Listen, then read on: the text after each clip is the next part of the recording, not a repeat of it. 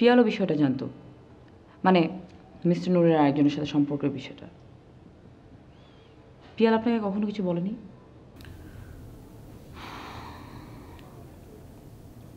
হ্যাঁ বলেছে।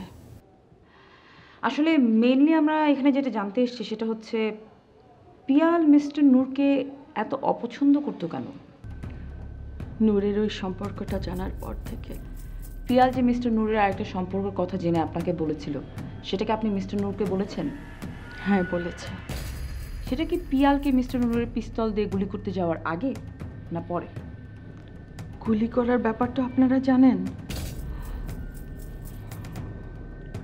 হ্যাঁ, ওই ঘটনার পর।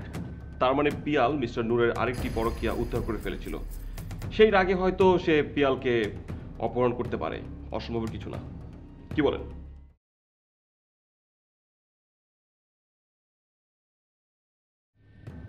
আমি কি করে বলবো? আপনি বলতে পারেন মিসেস সামিয়া, আপনি এবং মিস্টার নূর বিয়ে করার জন্য এতই ইন্টারেস্টেড ছিলেন যে পিয়ালের কারণে আপনারা কিছুই করতে পারছিলেন না। সেই ক্ষেত্রে আপনারা দুজনে মিলে এরকম একটি নাটক, অপহরণের নাটক আপনারা সাজাতেই। কি বলছেন এটা? আমি আমি সাজিয়েছি আমার ছেলের অপহরণের নাটক? ছি।